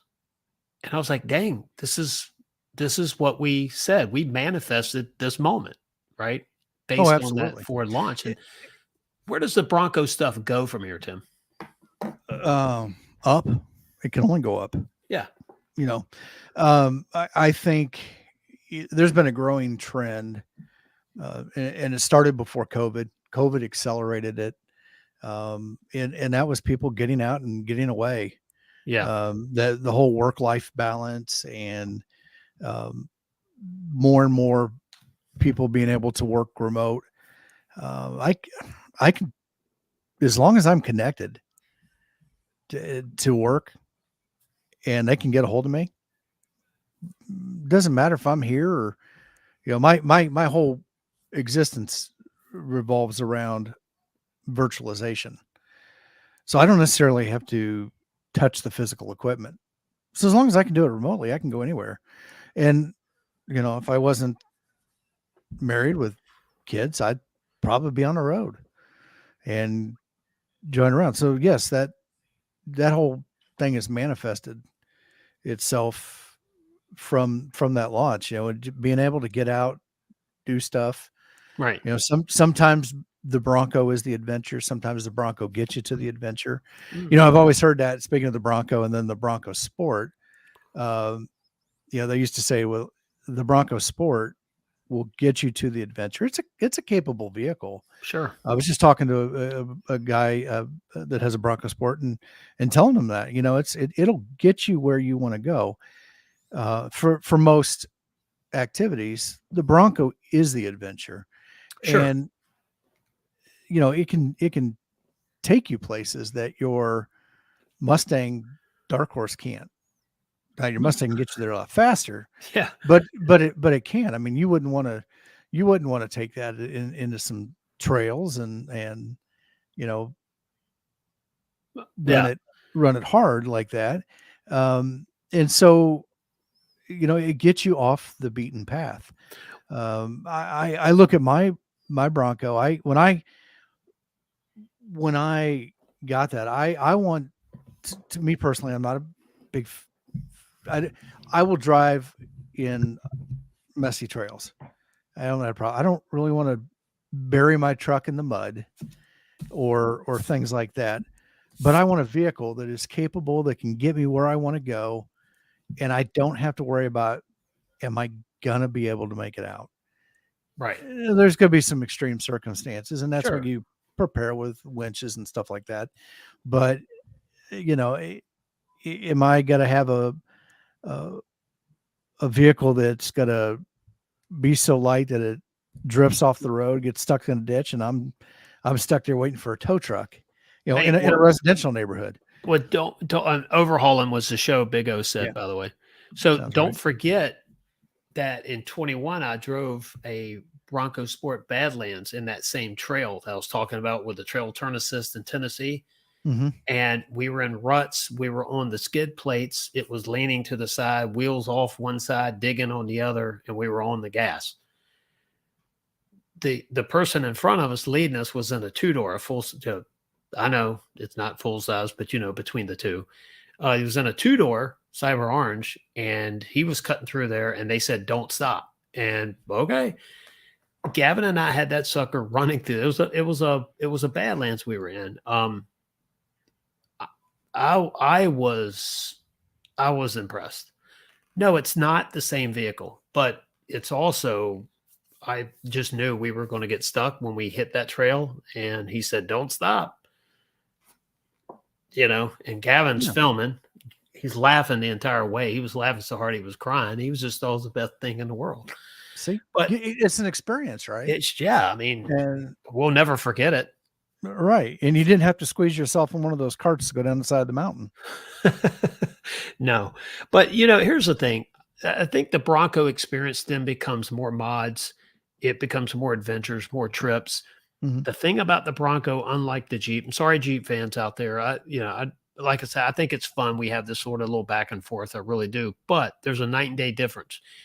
When you drive a Bronco 9 hours and get out of it, you can get back in it and drive another 2, 3 hours. If you drive certain vehicles 9 hours, you're done. You're physically exhausted. The Bronco rides so good It that does. it's like, It and there's two major. I get up here with the cameras. There's two major things. The Jeep seats are not as comfortable as the Bronco. Um, I personally feel like the cabin's smaller in the Jeep. I feel more closed narrow. in, Yeah, and I think it is. but then the difference between the straight axle and the IFS on the trail, does the straight axle went out? Absolutely. On the road, does the IFS went out? Most definitely. So Well, there's give and takes, right? And so it's all good with it, whichever vehicle, yeah. whichever brand you get. But yeah, you're right. I mean, if you had to spend 12, 14 hours in a vehicle between the two, I'm on a driving somewhere, I'm going to take the Bronco. Yeah, I mean, look, Big O said he saw a lifted Bronco Sport that was really cool the other day, white with blacked out gear. Yeah, and that black and white stormtrooper kind of a look thing. The Ranger, I think, a popular cover for the color for the new Ranger, whether it be any of the trims, but especially your Lariat, your Raptor is going to be the black and white. Let's see, Bronco 78 Adventure said Bronco Sport is also not targeting the same people with the Bronco. So that's the winning comment for tonight because absolutely true. Different segment, different market, right? I think what made sense was if you can sell this one new vehicle, the Bronco, and have different trims that meets different markets out there, how brilliant is that? No, Ford hasn't gotten the credit for that, covering so much ground at launch, right? It's not Yeah, something that showed up 10 years later. and so, do you think? Do you think the relationship between the Bronco, the Gen 6 Bronco, and the Bronco Sport is the same between the, what was it, the Gen 4, Gen 5 Bronco and the Bronco 2? No, And that I think people when those vehicles were new, honestly, now this is going to hopefully nobody hates me in the comments. I think civility was a little bit higher, and I don't think there was so much. There was the hardcore either way, right? The hardcore like first gen even so would never acknowledge a Bronco two, but I think it was different time, so received differently. Now it's more polar polarization or whatever you want to call it. You know what I mean? well, I do think the one area that Ford, I'm not going to say messed up on, because I don't know if they necessarily messed up, but the one area of contention that was created by releasing the Bronco Sport first, and then having all the delays on the Bronco, is it gave the impression to a lot of people that the Bronco Sport was the Bronco. Right, right. And then you got a lot of, well, that's no big deal. It wasn't until, I mean, I wish I'd had camera, the facial expressions on people in the Jeep when I come pulling around the corner, and they kind of look at it first like, what? And then they see it full on, it, ooh, oh, hey, Yeah. that's the Bronco, and I wish I'd had a camera to capture that look on their face, because it is night and day. But there's nothing Sure. wrong with Bronco Sport. There's a guy, I think he's in the Chicagoland Broncos group, and Jody's group up there. He's got a decked out Bronco Sport, and he's gotten several awards on that thing. And he's got it decked out for overlanding and stuff, and that works good too. There's no complaints. I don't know how many people he's taken with him, or from like the sleeping standpoint. Um, I don't think he has a rooftop tent, so I don't know if he sleeps in the back or folds the seats down or whatever. But he's there to party and have a good time. There's a girl on YouTube. I don't know her name, young lady, I should say. I don't know her name. I used to watch her videos there, and she slept in her. She had the window treatments, the whole 9 yards, and really cool adventures. Part of it was about the Bronco Sport, and the other part was about the adventure, like you were saying. Yeah, well, Um, there are plenty of people that that's a whole genre of videos right. on YouTube, and hell, they're doing it in Priuses and Yeah, I mean and, that's the and thing. You can do Wally docking or whatever and anything. Big O said probably more capable than the Blazer. Speaking of the sport, yeah, especially if you're talking about that new Blazer, definitely a different. Let's see. Bronco 78 Adventure said the Bronco 2 was targeting the crowd that was buying the small Blazer. There again, I think Ford met a market with that one. so I'm not as old as Craig, but Oh boy, that was a dig. I wouldn't take oh, that come if I on, was man. I So, wouldn't take but that, no, Craig. it says the Bronco 2. Didn't a lot of that probably come out of was that the late 70s, early 80s, when we were looking at the oil embargoes and the gas prices through the roof and everything like that? And it was probably an answer to a scaled down version that would probably do better on gas mileage. Um, Yeah. because I mean, that's kind of when, yeah, I come Yeah. on, man. Come on, I man. mean, so I kind of remember slightly as a kid. I mean, that's like when all the imports started flooding the U.S. market, and they all had something in common, and they were all much uh, smaller Yeah. than Well, American cars, and that was what I think. That's why the imports did so well, was that they were better priced and they were smaller, meeting that demand that the consumer wanted for vehicles that weren't, pigs. I if you would take my advice and listen to Bring Back Bronco, the podcast, it talks about how there was some overlap. Maybe Ford thought one was going to go away and didn't. The 77 and 78 Bronco was, or the 78 79 Bronco, what was the idea of that Bronco started, and I'm sure Craig could tell us better.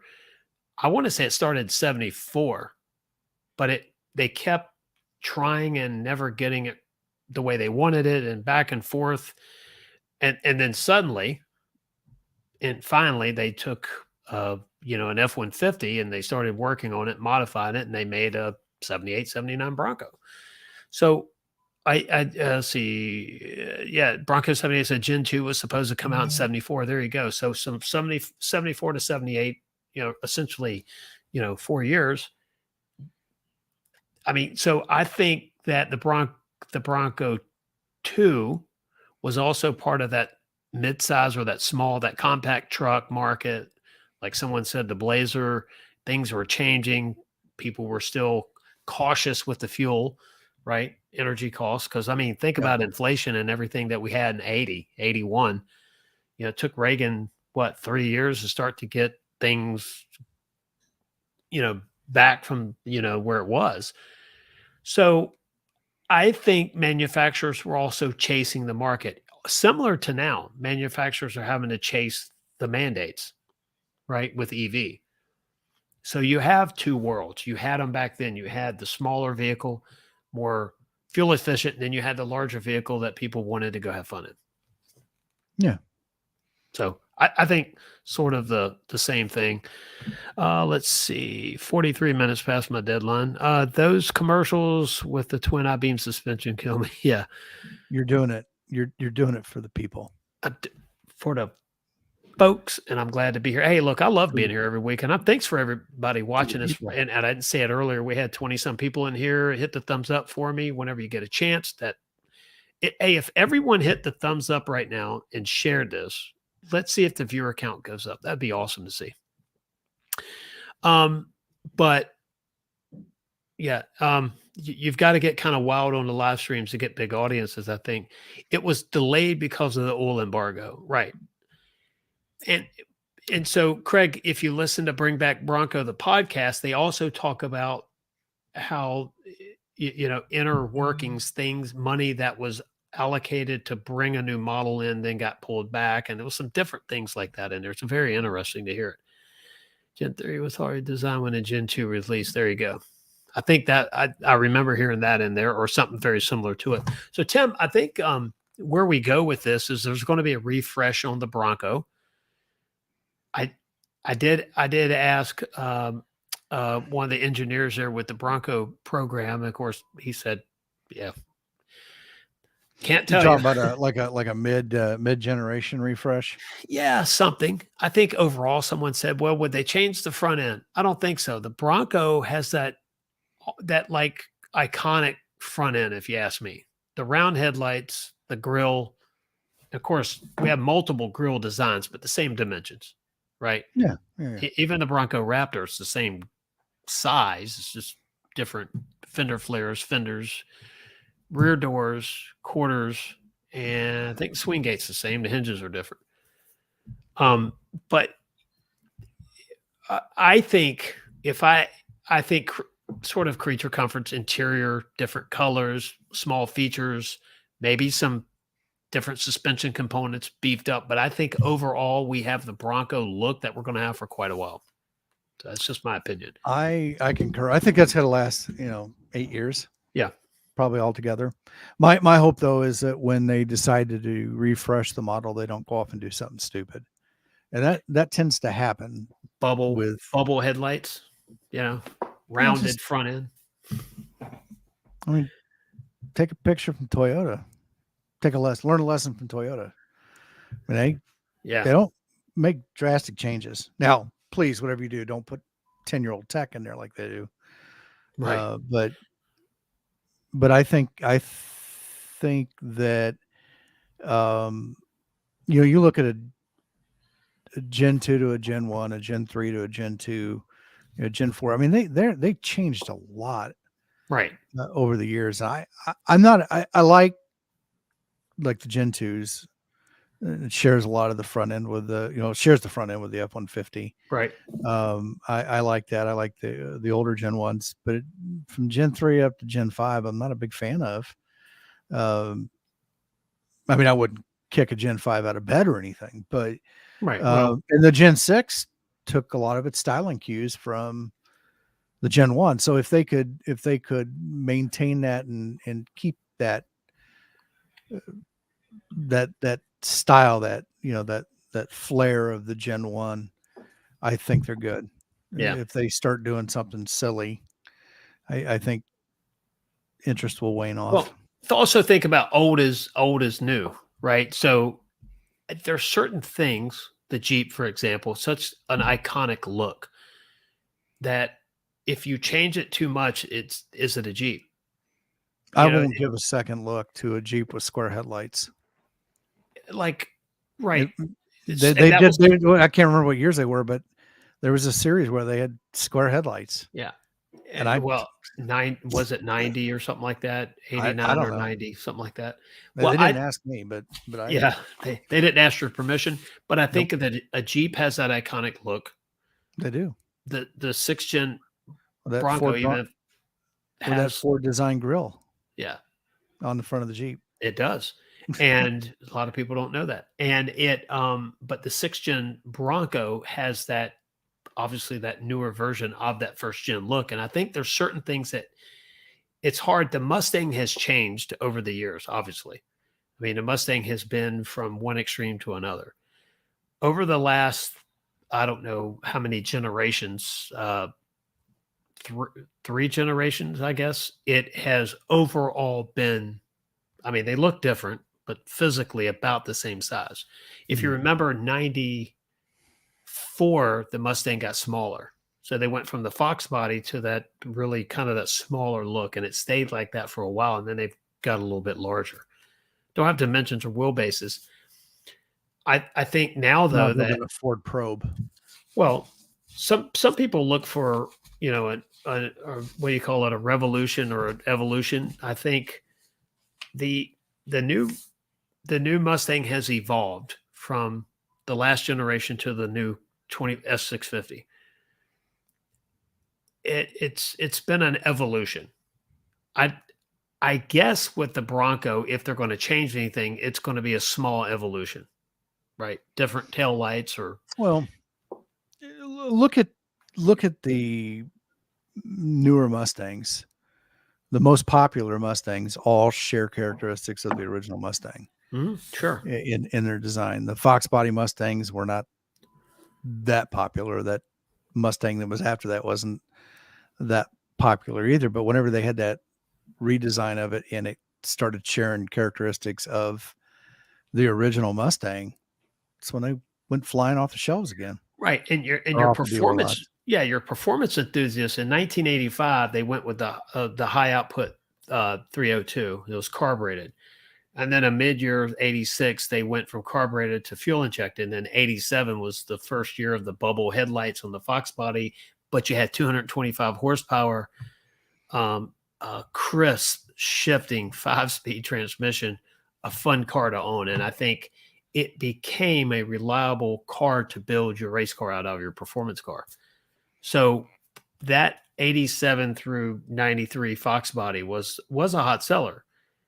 The next generation, I don't really know the numbers on, but yeah, now, I mean, of course, you get to see the embarrassing videos, people leaving cars in coffee that don't know how to drive and crashing them. You know, that's always the Oh yeah, Ford Authority has an article on that, by the way. If you go to fordauthority.com, read on that. It's pretty crazy. but But not Tim, go mashing ahead. the gas pedal down. Showing off, don't know how to drive a rear wheel drive car with some horsepower. You know, they Oh, don't understand that you're turning left and you get on it. The first thing that's going to happen is continue to go left. You know, so there's a little bit of it's turn that into it and feel. it's that You know, Sendek crowd there. they were sending it and they sent it head on into another car, which is I tell everybody too, there was driving in Hampton Roads, by the way, has become very dangerous lately, especially at night. I hate to say that. There's a lot of Chargers and Challengers clubs around here, and it seems like, they seem to be the most popular car. My only motorcycle accident was on Atlantic Avenue, or Avenue Boulevard, Atlantic Avenue. I've only been a couple accidents, but large majority of them happened right there in Virginia. Big O said Ford hit all the original body cues from the first gen. Pretty cool. Need to do small body changes on the grills, roofs, possibly headlights. Agreed. Bronco 78 Adventures bringing all the knowledge here tonight. He was answering Big O with a question about the engines. He said Gen 2 was only offered with a 351M, which is a modified 400 or a 400. So those were two really good engines. And if you're into that 77 to 79 truck, if you can find a Highboy F250, it's a very rare, like in dollars, truck. If you ever find a Highboy in the late 70s, Tim, there you go. Let me know. All right. Okay. All right. Well, are you ready? I'm gonna wrap this thing up, man. I'll let you buy it if you let me keep it. Hold on a second. Let me do the math. Economic, buy it, pay the insurance that you keep it, you drive. Yeah, I don't think so. It took me a minute. But we can register it here in Indiana, and you don't have to pay those excessive taxes. Did I tell you what I paid in personal property Yeah, tax? you did. I find just that, wanna get sick. there should be people in the state of Virginia should be taken out back and beaten. Well, look at here. See this for chair? suggesting this kind of taxes. See this Yeah, chair? yeah. This chair will be taxed on my business tax. This microphone is taxed here in our business. Isn't that crazy? Like some people say, you got to be kidding me. Like, no, I'm not. I wish I was, but I'm not. But personal property tax on vehicles, company trucks, and stuff like that, just yeah. And then find a state that is friendly to business. That's my suggestion. Tennessee or Florida, wherever. Montana. There's, we used to have stupid inventory tax here in Indiana, and I remember for years. Pay tax on inventory. Yep. So auto dealers wants to keep inventory. Exactly. Auto dealers, appliance stores, things like that. Like I think it was in March or something like that. There would be places where they would just basically board up for the month and put paper over the windows so somebody couldn't come along and do like an audit of what they had.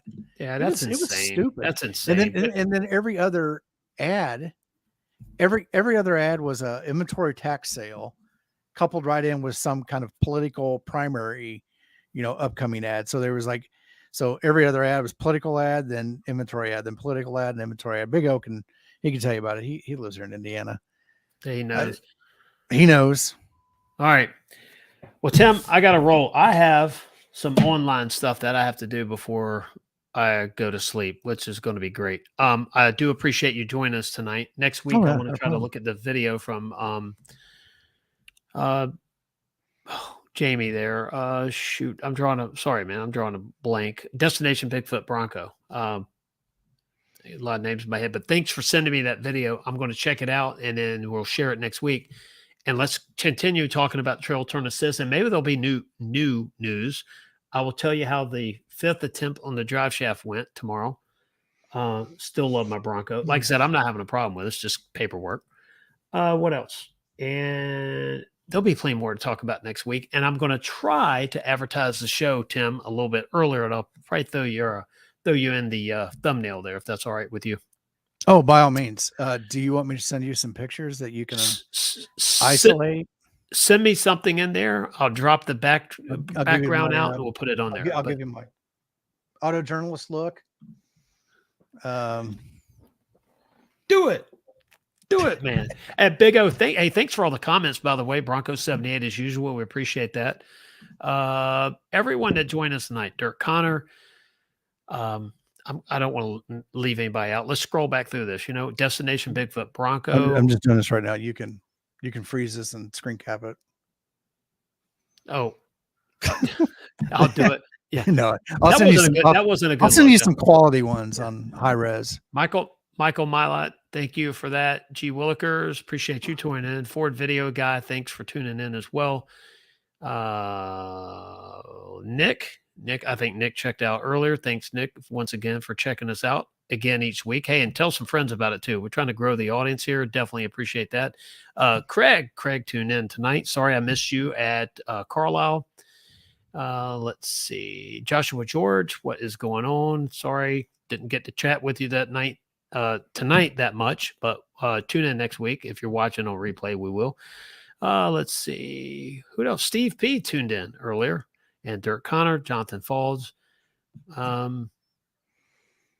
See, Gavin didn't show up. So we had a Gavin event free night or whatever. So all right, Tim. I'm Gavin stand-in. You're Gavin stand-in. Yeah, well, yeah, so can I have some money for ice cream, Dad? He graduates tomorrow from his only school he's been in since day one. He graduates there. And then next year he goes to the second school until he's a senior. And that's just crazy to think that the next school he goes to will be the one he graduates and before he goes to. So is he fourth going into fifth or fifth going into sixth? Fifth going into sixth. Okay. Yeah. So, yes, so my 10-year-old pre-K3 to fifth. So my 10-year-old, it's what is that? K through fourth. Then 5, 6 in one school, 7, 8 in another school, then 4 years in high school. Gotcha. Yeah. Well, yeah, it's just amazing. And you know, Gavin has so much fun. The other day, someone commented about the Mustang on our video, and he's commenting about, well, if you have the performance pack, they can build it. But the other package that like, it's not the beauty pack, but the appearance package. That's a hold up, and I looked it up and he was right. I'm like, well, okay. Where'd you learn that? Oh, just reading. Okay, dude. Yeah. Right, carry on. Yeah. So he keeps me straight here. All right, Tim. Well, I appreciate you once again. Everyone, thanks for tuning in. If you're watching live or on replay, it doesn't matter. I'm glad you're watching, and give us that thumbs up. YouTube will spread this around, and you'll see us next week. All right, everyone. We are out, and see you.